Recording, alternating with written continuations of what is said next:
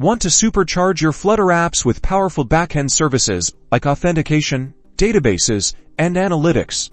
Let's dive into connecting Firebase to your Flutter project in just a few easy steps.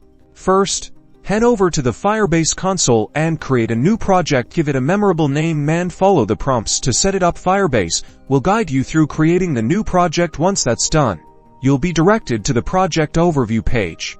On the project overview page, you'll see options to add Firebase to your iOS, Android, or web apps. Since we're working with Flutter, which supports both, let's start with either iOS or Android. The process for both is pretty similar. For iOS, you'll need your apps bundle identifier. You can find this in your Xcode project settings. Enter it into Firebase and download the Google Service Fitless file. Drag this file into the runner folder of your iOS project in Xcode.